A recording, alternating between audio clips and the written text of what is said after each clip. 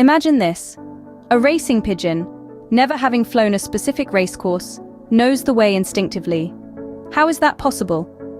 Could it be that a pigeon's experiences, like navigating a racecourse, be passed down through its DNA to future generations? Welcome to the fascinating world of epigenetics. Epigenetics, a term coined by British scientist Conrad Hal Waddington in the early 20th century, is the study of changes in organisms caused by modification of gene expression rather than alteration of the genetic code itself.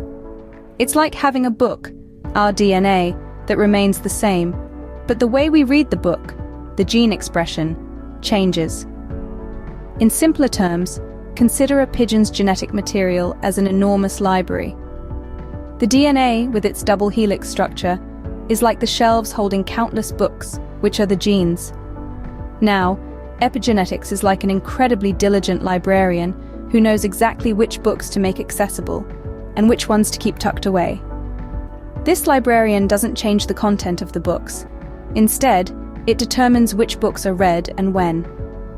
This process is crucial in shaping pigeons as individuals.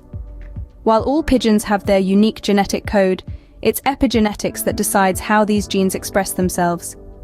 This expression varies from pigeon to pigeon, making each one distinct from the other. But here's where it gets even more interesting. This gene expression can change based on our environment and experiences. Stress, diet, training, behavior, toxins, trauma, and other factors can all cause the librarian to change which books are read. This is why nearly identical pigeons who share very similar DNA can still have differences. Epigenetics may explain why sometimes, no matter how hard we try, very few pigeons from a champion breeding pair have success. Now back to our initial question, can experiences be passed on through pigeon DNA? The answer is complex.